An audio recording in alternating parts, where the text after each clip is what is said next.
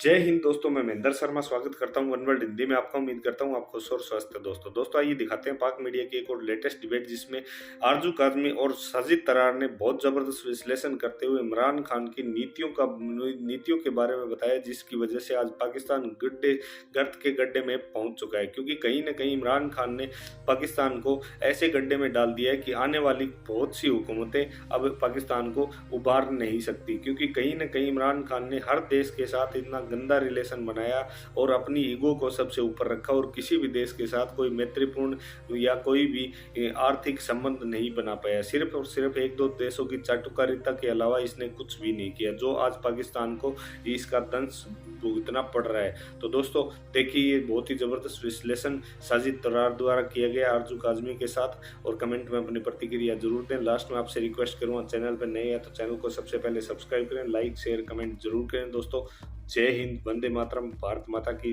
जय। दोस्तों इस्टेब्लिशमेंट की तरफ से वो भी गलत साबित हो गया, और साथ साथ उन्होंने जैसे कि आर्मी चीफ का कहा कि वो भी जो है रिटायर हो रहे हैं नवंबर में, और कोई प्रोग्राम नहीं है उनका आगे एक्सटेंशन लेने का। किस तरह से देखते हैं सर आप आज की ब्रीफिंग को?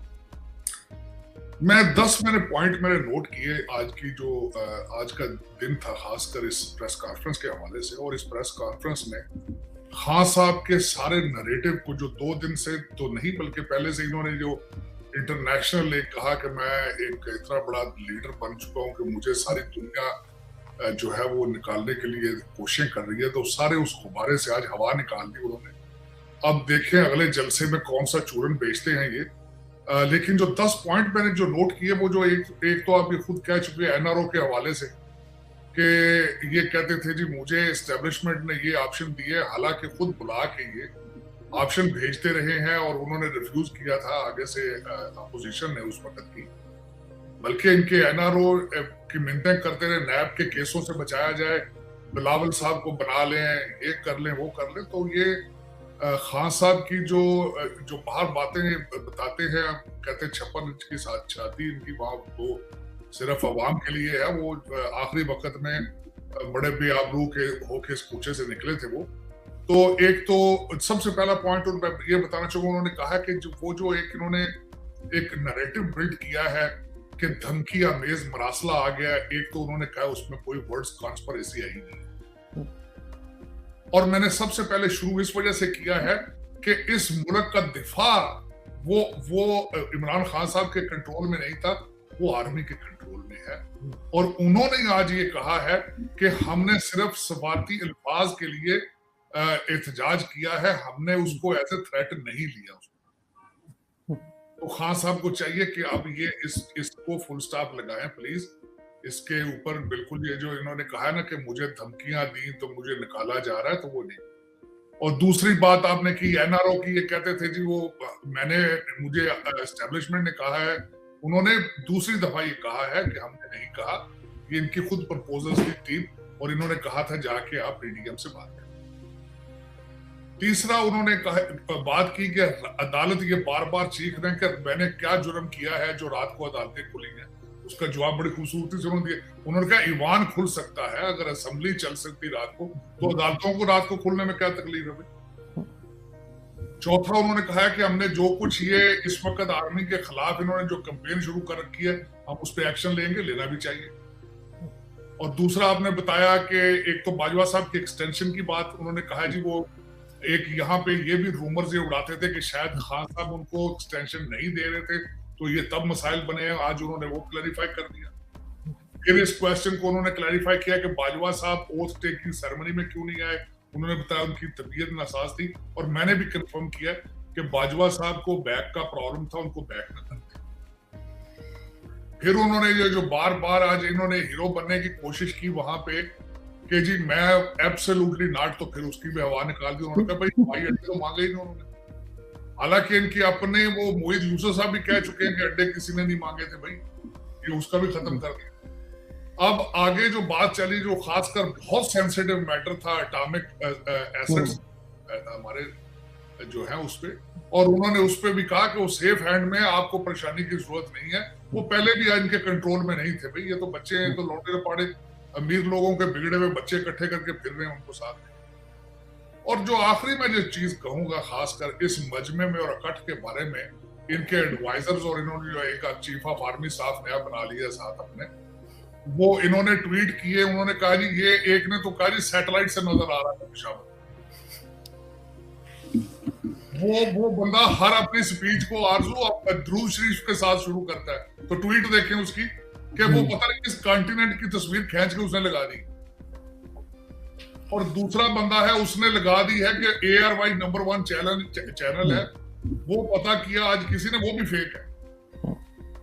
तो मजमे के हवाले से गलत खबरें की असल में दे आर मास्टर्स हो चुके हैं सोशल मीडिया पे, और झूठ इस तवातर के साथ बोलते हैं कि वो बस क्या कहें। अच्छा, इन सारी चीजों के बाद एंड पे ये कहूंगा मैं कि जो मर्जी इनको पेश कर लें, इनको जो मानने वाले हैं वो कह देते हैं जी अमेरिका ने सबको खरीद लिया।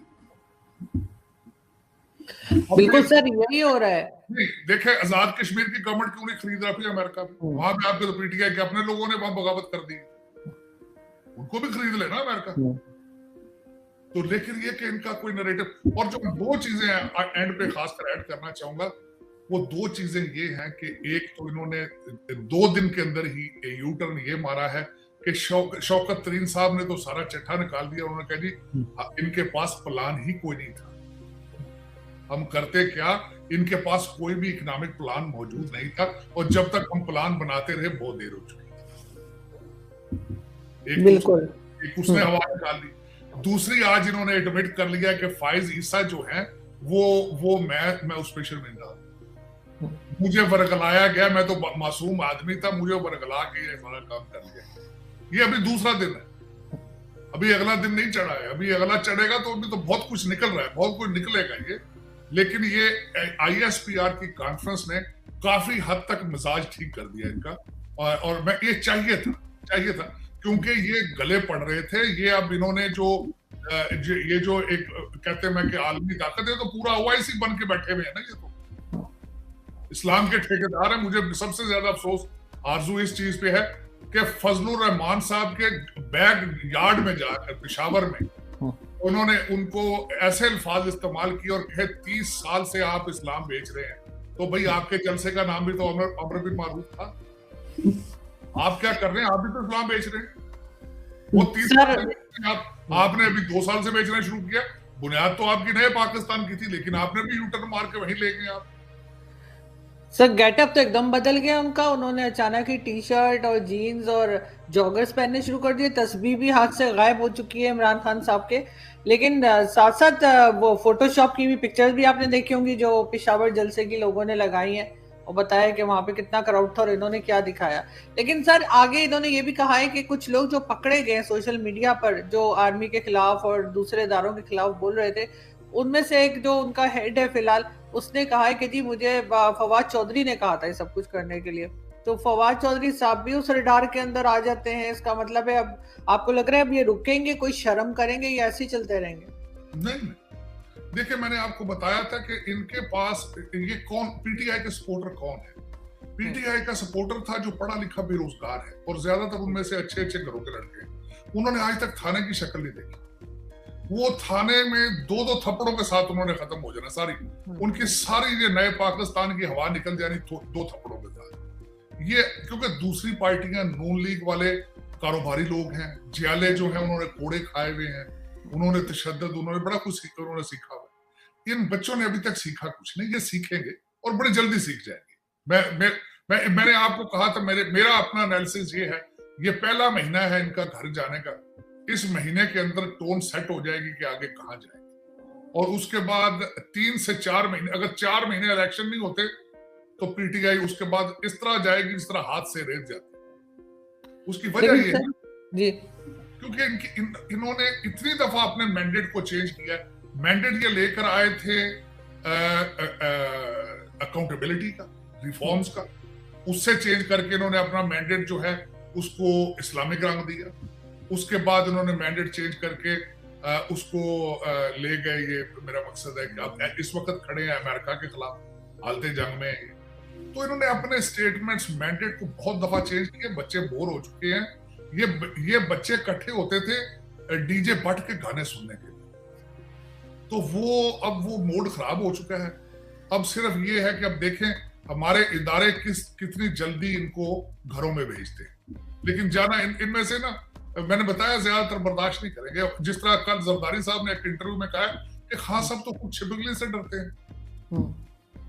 उन्होंने कहा थाने में गए तो ये गोरा साहब जो है ये तो 8 घंटे नहीं निकाल सकेगा वहां। ये बात मैं एग्री करता हूं, मैं उनकी बात से एग्री करता हूं। बिल्कुल सही कह रहे हैं।